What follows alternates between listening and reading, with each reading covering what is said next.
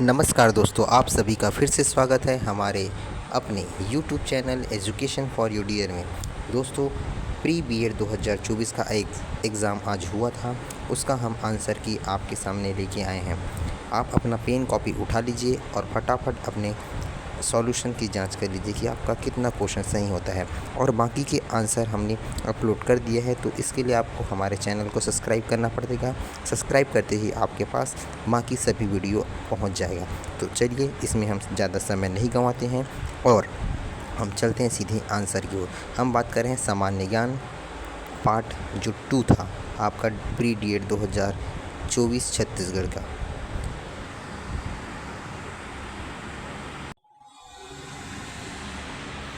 Question number जो 31 है, इसमें लिखा है एनईपी 2020 के अनुसार छात्र को माध्यमिक स्तर पर अध्ययन के लिए विशेष पाठ्यक्रम के विकल्पों की अधिक लचीलापन दिया जाएगा। नीचे दिए गए विकल्पों को सही विकल्प चुनिए। तो मैं आपको इसका डायरेक्ट आंसर बताता हूँ। इसका जो सही आंसर है वो हो जाएगा आपका ऑप्शन नंबर सी। ऑप्शन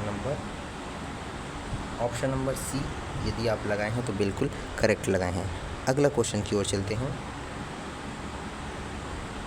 प्रश्न क्रमांक 32। शिशु मृत्यु दर IMR उस विशेष वर्ष में पैदा हुई 100 जीवित बच्चों के अनुपात के रूप में खालिस्तान वर्षों की आयु से पहले मरने वाले बच्चों की संख्या को इंगित करता है। तो इसका जो सही उत्तर है वो है आपका ऑप्शन नंबर ए, 1 वर्ष। अगला क्वेश्चन की ओर बढ़ते हैं। Question number 33। इस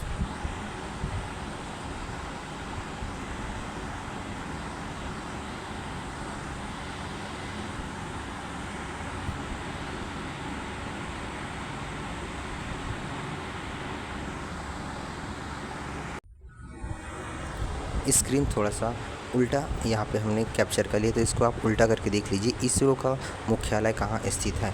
इसका जो करेक्ट आंसर है वो हो जाएगा option number A, Bangalore. Option number A, Bangalore इसका करेक्ट आंसर है। अगला क्वेश्चन की ओर चलते हैं। Question number 34। ब्रिटिश शासनकाल में निम्नलिखित स्थानों में रैयतवाड़ी भूमि बंदोबस्त लागू किया गया था। इसका जो सही आंसर है वो हो जाएगा option number B, Mumbai. Next question है क्वेश्चन नंबर 35। सबसे लंबा राष्ट्रीय राजमार्ग है। तो इसका जो करेक्ट आंसर है वो हो जाएगा इनमें से कोई नहीं आएगा। क्योंकि ऐसा क्यों हुआ? क्योंकि सबसे बड़ा राष्ट्रीय राजमार्ग NH-44 है, जो कि श्रीनगर से कन्याकुमारी तक जाती है। इसमें ऐसा कुछ नहीं दिया है, इसलिए ऑप्शन नंबर डी इसका करेक्ट होगा, इनमें से कोई नहीं। आगे बढ़ते हैं। Question number 36। राम प्रसाद बिस्मिल को किस षड्यंत्र केस में मृत्युदंड दिया गया था? इसका सही आंसर हो जाएगा आपका ऑप्शन नंबर ए, काकोरी कांड। अगला क्वेश्चन की ओर बढ़ते हैं।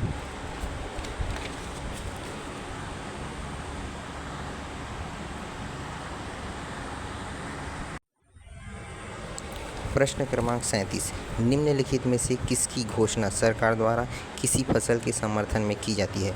इसका जो सही आंसर है वो हो जाएगा ऑप्शन नंबर बी, न्यूनतम समर्थन मूल्य।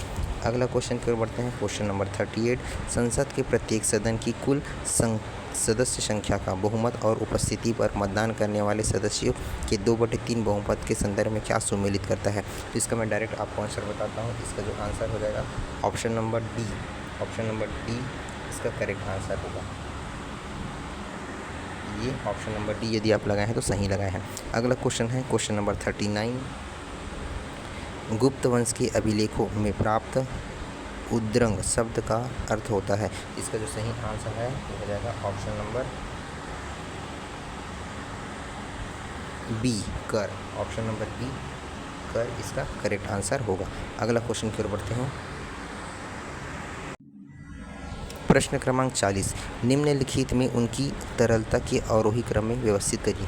इसका जो करेक्ट आंसर है वो हो जाएगा option number A, M1, M2, M3, M4।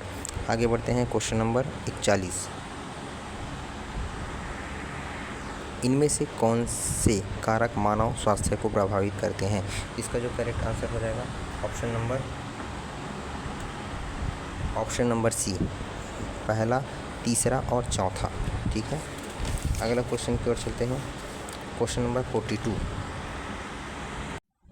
प्रश्न क्रमांक 42 है, निम्नलिखित में से कौन RMS राष्ट्रीय माध्यमिक शिक्षा अभियान के मुख्य उद्देश्य है। इसमें ऑप्शन दिया हुआ है तो हम इसका डायरेक्ट आंसर बताते हैं आपको। इसका जो करेक्ट आंसर है वो हो जाएगा option number B. Option number B इसका करेक्ट आंसर है, मतलब चारों इसका सही आंसर में आएगा। अगला क्वेश्चन कर बताते हैं, क्वेश्चन नंबर 43। प्रश्न क्रमांक 43, जैन धर्म की मान्यता के अनुसार निम्नलिखित तीर्थंकरों को उनके क्रम में सुमेलित कीजिए। तो इसका जो सही आंसर है वो हो जाएगा option number A. Option number A इसका करेक्ट आंसर होगा। नेक्स्ट क्वेश्चन की ओर बढ़ते हैं, क्वेश्चन नंबर 44। पश्चिमी चक्रवाती विक्षोभ के संबंध में कौन सा कथन गलत है। तो इसका जो सही आंसर है वो हो जाएगा, इसका जो करेक्ट आंसर है दोस्तों वो हो जाएगा ऑप्शन नंबर बी। यह जेड धारा से अप्रभावित है, ये इसका करेक्ट आंसर होगा। आगे बढ़ते हैं, क्वेश्चन नंबर 45। क्वेश्चन नंबर 45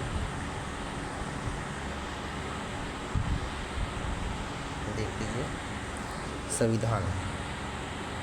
संविधान की तीसरी अनुसूची के संदर्भ में क्या सुमेलित है। तो इसका जो करेक्ट आंसर है वो हो जाएगा option number A. Option number A इसका करेक्ट आंसर होगा। नेक्स्ट क्वेश्चन है क्वेश्चन नंबर 46। क्वेश्चन नंबर 46, किस आयोग ने कहा है कि इसलिए हम इस निष्कर्ष पर पहुंचते हैं जो इस संबंध में विश्वविद्यालय शिक्षा आयोग के दृष्टिकोण से भी मेल खाता है कि माध्यमिक शिक्षा की अवधि को 1 वर्ष बढ़ाने और विश्वविद्यालय चरण की तीसरे वर्षीय डिग्री पाठ्यक्रम की योजना बनाने के लिए वर्तमान इंटरमीडिएट चरण को समाप्त करना वांछनीय है। इसका जो करेक्ट आंसर है वो हो जाएगा ऑप्शन नंबर सी, राधाकृष्णन आयोग, विश्वविद्यालय शिक्षा आयोग 1948 से 1949। ठीक है, इसका करेक्ट आंसर है वो हो जाएगा option number C. Next question की ओर बढ़ते हैं, question number 47।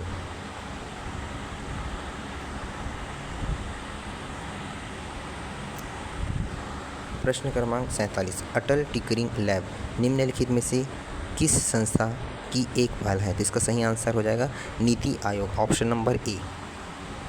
Option number A NITI Aayog इसका करेक्ट आंसर है। अगला क्वेश्चन की ओर बढ़ते हैं दोस्तों। यदि आप हमारे चैनल को अभी तक सब्सक्राइब नहीं किए हैं तो सब्सक्राइब कर लीजिए, क्योंकि हम इसके बाद और बाकी सब्जेक्ट की भी अपलोड करने वाले हैं। अगला क्वेश्चन है क्वेश्चन नंबर 48, जुलाई 2021 में लॉन्च किए गए निपुण भारत कार्यक्रम में संबंध में सही है।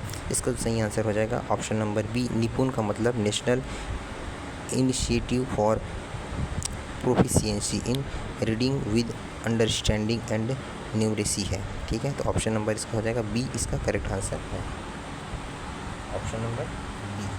नेक्स्ट क्वेश्चन पर बढ़ते हैं, क्वेश्चन नंबर 49।